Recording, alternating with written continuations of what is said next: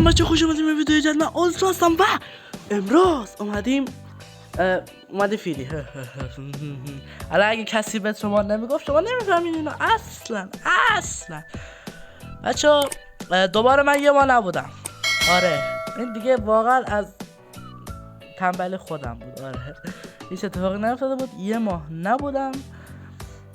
این دوباره از تنبلی خودم بود. به هر حال اومدم اکانت خریدم، یعنی با اکانت جدید اومدیم که بریم پر قدرت بپا کنیم، همه جا رو منفجر کنیم.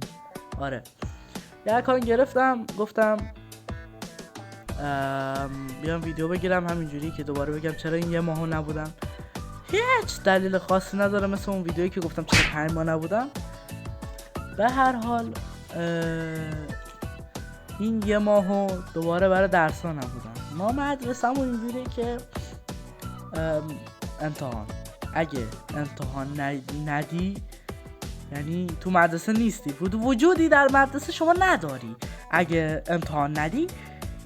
و مثلا یه بار 2 تا امتحان رو تو یه روز گرفتم، من پاره شدم، رسما من پاره شدم.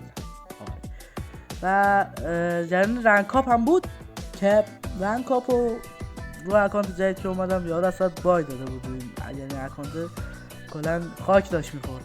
اکانت رو که خریدم دیدم رنکاش گلد 1 و یکی رنکش بتل رو نبردم بالا، بتلش گلد 3، کرششو بردم بالا، دایموند یکیش کردم گلد 1 بود. اون اکانت رو بذاریم برم توی یک اکانت بایستیم. اونو داشتم رنکاپ میکردم، الان فکر کنم رسیدم 42 با این بازی. 41 رو رنکاپ 41 هم و اینکه آره دیگه اینم دیگه باید ببرمش مستر. بعد که بردمش مستر دیگه هیچی، هیچ اتفاق خاصی نمیافته. بچه از هفته دیگه ما ویدیو داریم، دوباره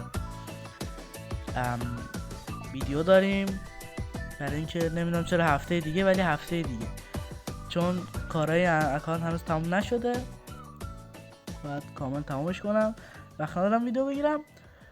اگه خواستین مقایسه این اکانت هم با اون اکانت هم میذارم که 100% کنم این اکانت بزنه از لحاظ همه چی، که حالا این بهتره یا اون، ولی شاید باورتون نشه این ارزون تر اون بود و الان دارم فشار میخورم.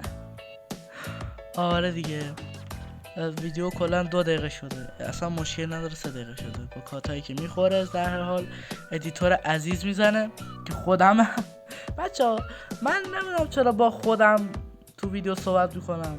الان میگی خب تو کجات با خودت تو ویدیو صحبت میکنی؟ من خودم ادیتورم، بعد به خودم میگم ادیتور عزیز اینجا رو مثلا کار میکنه. خب داداش خودت ادیتوری دیگه.